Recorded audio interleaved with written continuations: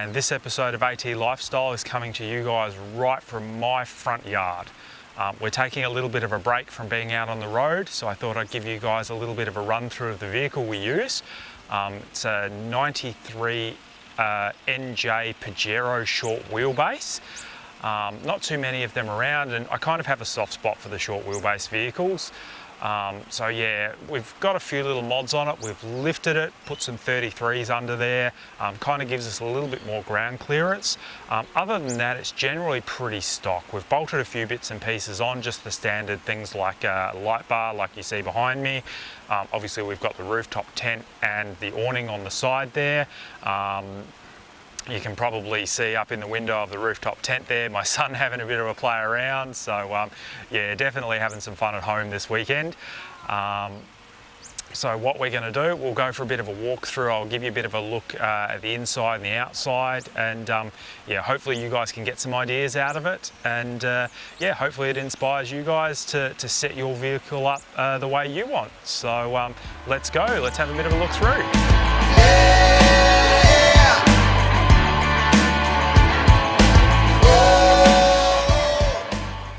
So I guess we'll start at the rear of the vehicle here. Just everyone bear in mind, this is a bit of a budget build. We don't have heaps of money, so we've just kind of pieced it together along the way as we go, found what works for us, what doesn't. Still very much a work in progress. There's heaps and heaps of stuff that we'd like to still do, but hey, we'll get there eventually. So we'll have a bit of a look here. In the back, obviously short wheelbase, we've removed the seats out of this. Just so we can get a little bit more room in there. As anyone who owns a short wheelbase vehicle knows, there is no room in the back of these with rear seats in there. So yep, it's now a two-seater vehicle. So in the back we've got the little homemade fridge slide and drawer setup. Obviously fridge goes up the top there, that slides out when we need it to. So quite a little handy system there. In the bottom, obviously we've got all of our kitchen gear. We've got a few bits and pieces in there, the billy, teacups, fry pans, a few little just cooking essentials there. The good old tin of Milo that I think everyone needs to have in the back of their cars. Yeah, so that one works really well for us. Tends to store pretty much everything we need. About the only thing I can't fit in there is my camp oven. So yeah, the second redesign of this will probably have a little bit more space down there. So that's that. As part of our little homemade system here, obviously we've got the fire extinguisher mounted up there. If you don't have one of those, go and get one. Don't be stupid. You seriously need one of these in any sort of four-wheel drive. Make sure you get it in there, you have it so it's easily accessible. They're like 30 bucks from Bunnings or something like that, so just go and get one. It's not a big investment, and it'll save you in the long run. The other big thing we've got in here, on the front of this box, we've got a 40 litre water can mounted with it plumbed into a nice little tap at the back here. Okay, it's empty at the moment, but yeah, when that's full, a reasonable little flow out of here, so it's just handy having water on tap. Always makes it a bit easier and just, yeah, generally a little bit more fun. The next thing we've got is the old Adventure Kings Titan drawer in there. I've got the big long ute one in there, so you can fit a fair bit of stuff. That one there's pretty stock standard. I think everyone's seen these at some stage or another. The main thing we've done to this one is I've mounted a bit of a bench top on here.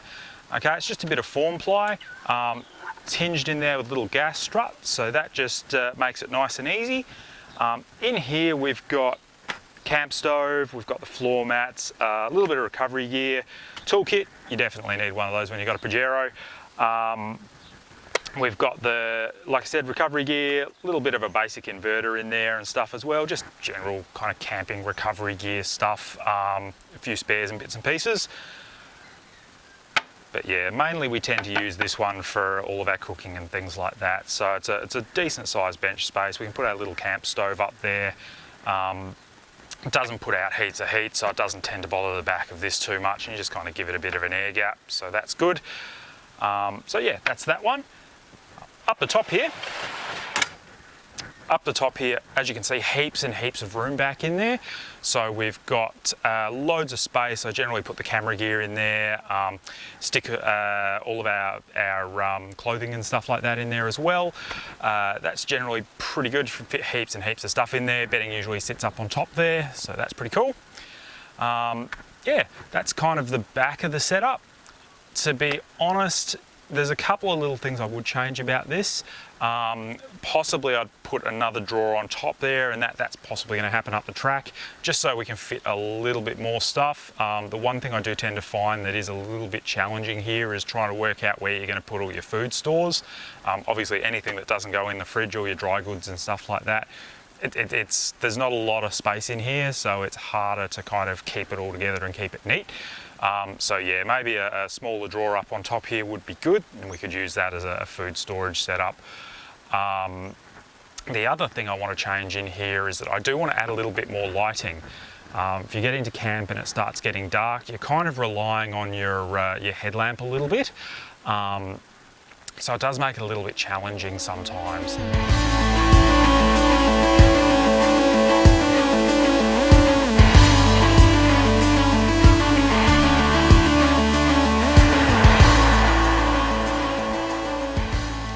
Okay, so now we're up the front here. It's a pretty stock standard Pajero front end. I haven't changed too much on it. Obviously it's got a few little bits in here. We've got your UHF, it's just a little Uniden unit down here. I have added a few little bits. I've got my phone up there. I just tend to use a lot of Google Maps and things like that. They're not too bad if you download them, so when your reception drops out, you've still got your maps. As a backup there, I do also have all my HEMA maps loaded into here as well.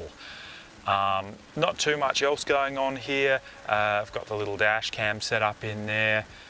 That's really about it though. So this is the boring end of everything. All of my lights and everything that we'll see in a minute, they're all obviously wired into the standard switches that come on the dash. A lot of those are just switches there, but they're just blank anyway, so once you add lights you can wire them in, and yeah, it works pretty well. Okie dokie, so now we're going to try and do a little bit of a walk around. Please excuse the shaky camera work here. Just trying to kind of hold a tripod in one hand and do this, so we'll see how we go. Now, obviously being a short wheelbase vehicle, space is always going to be at a premium. There's a lot of little like idiosyncratic things that you get with short wheelbase vehicles. One of them is actually the length of the awning that you can put on the side. You can't just jam a standard length awning on there. It sticks out by about 3 feet at the front end, and you just get it hooked on trees and things like that. So when I was setting this one up, I did a little bit of research. Came up with the 30-second awning that you can see behind me here. Really good little unit. Obviously I didn't want poles or anything like that. And one of the other cool things about this is the fact that it is a true 30-second awning. You can literally set it up in about 30 seconds. You can pack it away in about a minute, which just makes it really, really handy. Obviously I've got the rooftop tent set up there. You can see that there. Just the King's one. It's really good, it's really comfy, and we'll have a look in there in a minute, but it just does take a long time to set up and put down. So anything that you can help when you get in, anything that you can use to help you when you get into camp to shorten that time frame down so you can sit down and have some beers after a long day on the road is always a good thing. So yeah, 30-second awning, that's that one there. We'll kind of walk around here to the back of the vehicle a little bit. Obviously we've seen that, we've seen what's going on there. I'll give you a bit of a run through as to what's on the inside there. We'll go around the other side here. This is obviously our rooftop tent setup. So it does work really, really well. My son's up in there at the moment. You can probably see him a little bit. So there we go. On the back of the vehicle, it's just the swing door there. At the moment it does have the small spare tyre on there, so it doesn't have the big 33 on there. I've got to modify a few bits and pieces to make that one fit on the back there, but hopefully that will come up as a bit of a modification video at a later date. Obviously, as you guys have seen, kind of go over this way a little bit. On the front end here, we do have a set of 33s and a 2-inch lift on there, so that one's pretty cool. Kind of makes things a little bit easier, gives us a little bit more ground clearance off-road. Up the top on the front, we've got the light bar there, and down on the bull bar there, we've got a couple of the King's, those are 7-inch spotlights. They just seem to fit really, really nicely in the front bull bar, so that's pretty cool. And yeah, standard UHF aerial in there. So yeah, that's a bit of a walk around on the vehicle. Hopefully it wasn't too shaky and you didn't get nauseous or anything like that, but yeah, we'll see how we go with the rest of it, and yeah, keep following.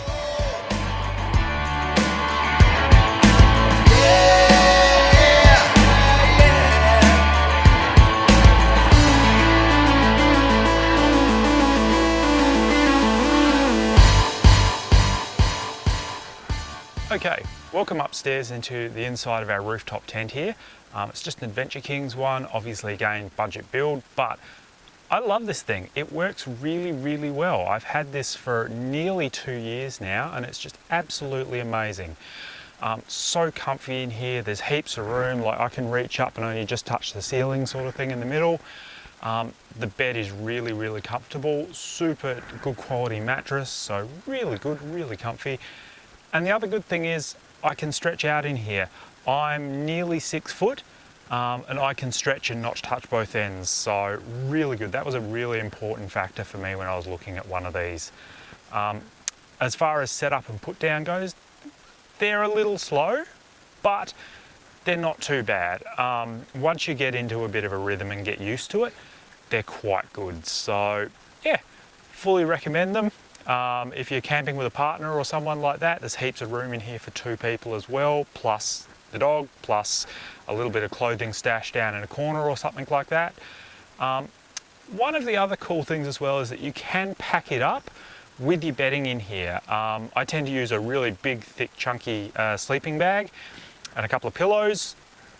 I can kind of space them out in here and just fold the whole thing over with it all in there. You don't have to be pulling it in and out all the time.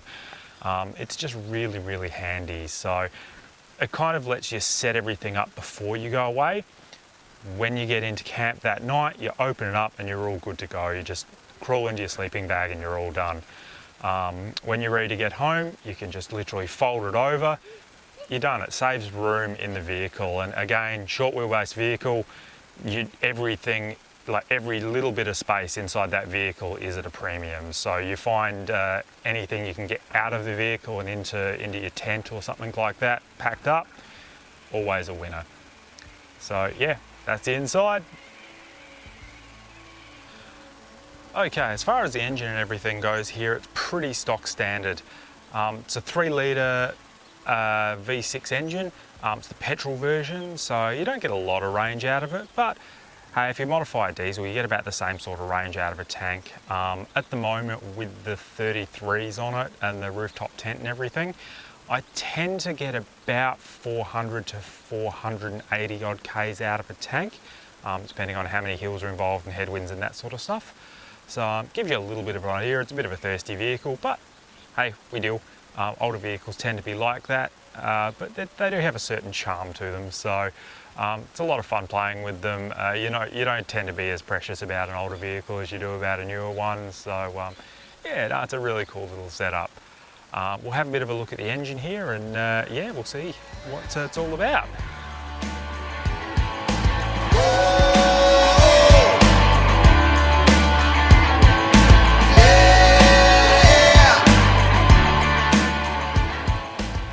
Well, that's a bit of a look around our vehicle. Hopefully you guys have been inspired by some of the things you've seen on here. If you have, or if you want to show us your setups, find us on Facebook, jam a photo of your rig in the comments there. I'd love to have a look at it and see what you guys have got set up and how you do things. Helps me try and set this up, and obviously some of the things I've shown you are going to help you try and set your vehicle up as well. Obviously, as always, if you love this video, like it, give it the thumbs up, subscribe to the channel as well. That always helps us out. And yeah, hopefully we'll see you guys next time on the next episode of AT Lifestyle.